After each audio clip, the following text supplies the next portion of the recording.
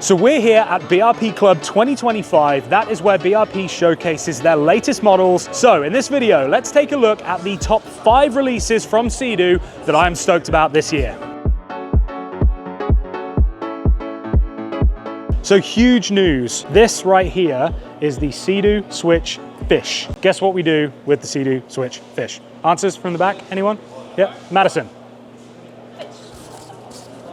You fish. You fish. You fish. You fish. You fish. As you can see by the fact that it has all of these extra things on it. So up front, we've got the trolling motor here with the Garmin fish finder, which is really nice because typically on the regular switches, the fish finder is back there at the center console, or the console, the steering, the helm. But now you can be up front and you can still be watching what's going on. I also believe, I'm not 100% up on all of this stuff because I'm not a fisherman. However, you can link these two. So even if you are there, you can still see what this one's seeing and vice versa. So the other addition that they've added here is these corner doors, which allow you to catch and release very easily, because obviously with this being a pontoon, you do have a slightly higher side profile than a regular fishing boat. This allows you to get down and either retrieve your fish or drop them back in without having to lean over the edge here. All of these accessories on the side, rod holders, you've got your landing net holder there, and then if we come around, we've got these 2 swivel chairs, cool accessories like this, so you can have all of your tackle here at your side, so you don't have to go reaching around. They're right here. And then as we go around, you can kind of get a little glimpse of it over here, but they have added the live well and the washdown feature, which is super cool. I really wish that I had it on my Switch, even though I don't fish from it, but that is a really nice addition. So if you are gutting fish here, if you're preparing your fish and you get blood on the boat or whatever, then you can rinse it down, and you've got that live well feature. So if you do want to keep live bait, or the catch you get, you want to keep it alive, you can throw it in and have nice fresh water so that that can stay alive in there. Everything else pretty much stays the same as the original Switch. We do have things like the addition of the trolling motor storage as well, which is very cool. I like the new shape that they've gone with for all of these storage boxes. So the cooler looks different this year than the old cooler, and then they've matched that same form factor. It's got the same design language for the box to keep your trolling motor in. I love the tactical green color that they've done with the fishing lineup this year. Very cool. Again, I saw it in pictures, liked it. I'm not the biggest green fan, but now that I've seen it in person, very stealthy, tactical, just, yeah, great choice by SeaDoo to go with that color. Everything up here stays the same. And then obviously you've got this deck system that allows you to remove everything, move it around, set it up exactly as you want it. But as you can see, compared to my Switch, which has all of the benches set up for lounging and enjoying the lake, there is just a ton of space here to move around, fish from, and just have a jolly good time. So well done, SeaDoo. Really impressed with this. Even though I'm not a fisherman, I think this is a badass choice. And one of the best things about the Switch for me is it's such a great gateway into boating, because if you're not comfortable with operating a boat with a traditional steering wheel and a throttle, if you've never done that before, but you've ridden a PWC, even if you've rented one on holiday somewhere, you can jump in a Switch and within an hour or 2, you will feel completely comfortable with not only driving it, but recovering it, with launching it, and with docking it. It is such a great boat. I love mine. And I think if you're an angler, fisherman, you are gonna love this new Fish Pro Switch. Fish Pro? Switch. This new Switch Fish. Mwah. So let's get straight to it. The most exciting, in my opinion, PWC announcement from SeaDoo at Club this year is this. This is the Fish Pro Apex. 300 horsepower, essentially an Explorer Pro with some extra goodies. If we go from tip to butt, we have this really cool grab rail like you will have seen on the Explorer of previous years, but now it's in this cool like tactical green. You've also got this new pattern here that looks kind of like fish scales that I really like. Again, just kind of ties in with that nice silver gray. And then this is I don't know if I'd call this like a tan, or it's not white and it's not gray. It's kind of somewhere in the middle. I love how it looks. We've obviously got the windshield. I'll let you guys argue in the comments about whether or not you like the windshield. I love it, and I think for going out there, getting out fishing, and especially now that this has got 300 horsepower, that is going to be really nice for keeping that wind off you when you are racing from spot to spot.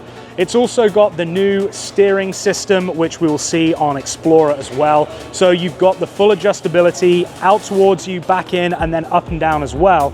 And it has a steering stabilizer. So if you do get into some chop, it's just gonna basically help to dampen out some of those vibrations and give you that predictable handling that you want.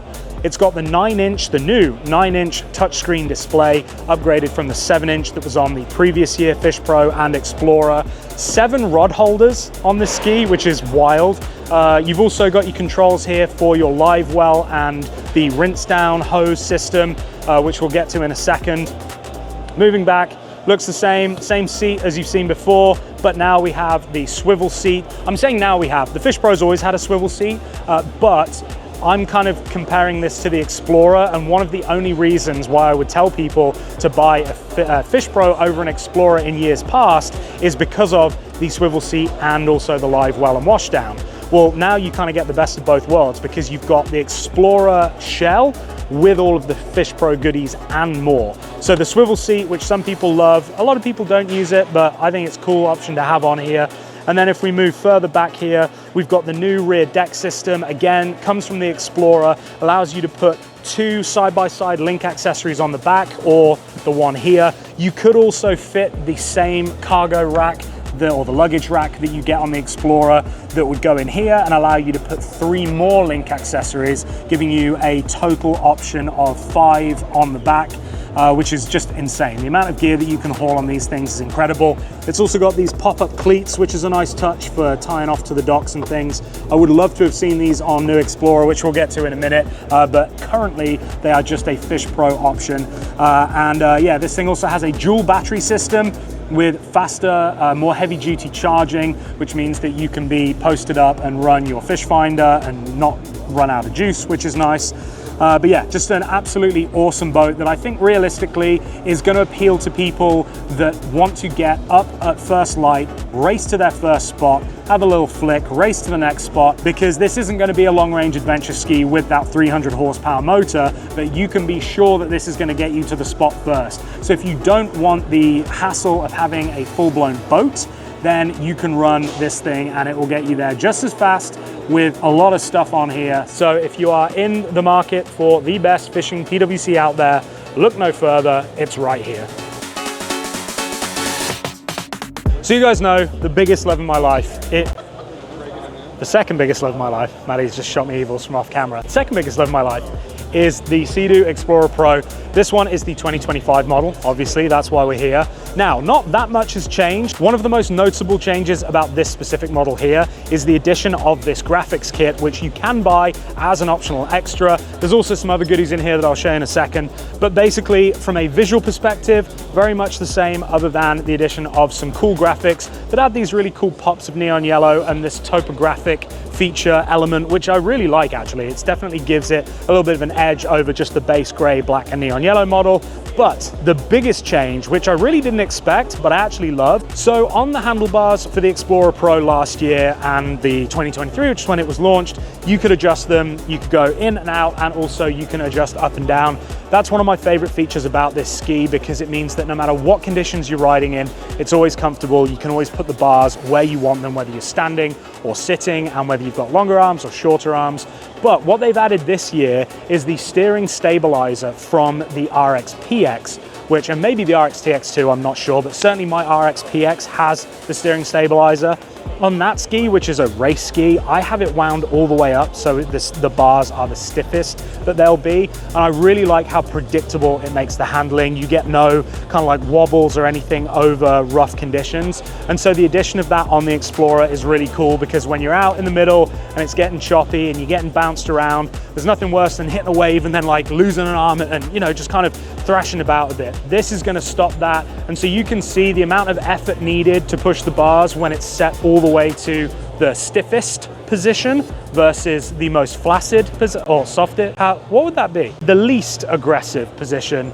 It's much easier to turn it this way. And then if I come all the way back, there's a definite damping there, which is really nice. So that's a very cool feature. Other than that, everything stays the same as the 24 model. And one of the things that I like is this new matte kit that they're selling, which I do think I'll get for mine because I like the pops of neon yellow. So you get these cool swirly neon yellow lines in here, and it goes all the way onto this rear deck as well, which is very nice. We've got my favorite portion of the ski, which is the rear deck system, which allows you to mount so much stuff. This is actually a new cooler that I've not seen yet, the Link cooler. Very nice. I've obviously got the old fishing model on mine, but this thing adds some cool little features like a tray to keep stuff dry in case your ice starts to melt. And just the shape of it is a lot more sort of aggressive and angular. I like it a lot. So yeah, 2025 SeaDoo Explorer Pro. If you have a 24 model, don't feel like you need to upgrade immediately, but if you are in the market for an adventure ski, this thing right here, the most badass PWC on the market. So this is the new GTX, and this, I would say, is now the flagship model in the SeaDoo lineup, but because they were focused so much on fishing this year, I feel like this release kind of went under the radar, but it's actually got some unbelievable features.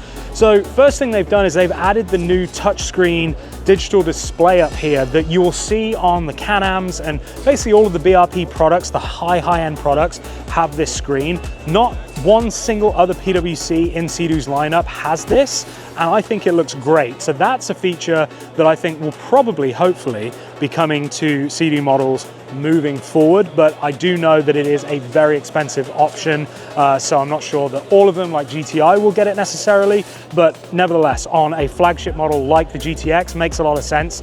Also gets the 325 motor, which you guys know that I love in my RXPX. So this thing is as fast as you can get from SeaDoo. The handlebars are the same as the RXTX with the steering stabilizer, which is nice. You don't have the adjustability that you get on the Explorer Pro and on the Fish Pro, but that's fine because this typically is a ski that you're gonna ride sitting down, so the handlebar position is just perfect as it is. You can still adjust it up and down, but you can't get that in and out, which is fine if you're not standing up. You've got the premium audio system as usual. It comes in this cool new like green teal colorway. It also comes in like a white and silver, which looks really nice, very premium. And then all of the other stuff on it is basically the same as you'd expect from the GTX. We have these additional little cleats here that pop up so you can tie off to the docks easier rather than having to loop off this, which is what I typically have to do on mine. You now have a nice point here. Obviously you've got the point in the front, so you can tie this off so it's not going to go anywhere when you leave it on the dock. Like I said, 325 horsepower, all the premium goodies. If you want the best of the best PWC that money can buy, this is it. The GTX 325 2025 from SeaDoo.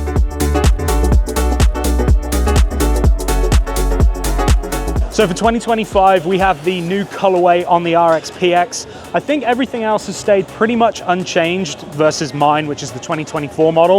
Obviously mine is in that blue and the neon yellow. They've now gone for this bronze and red.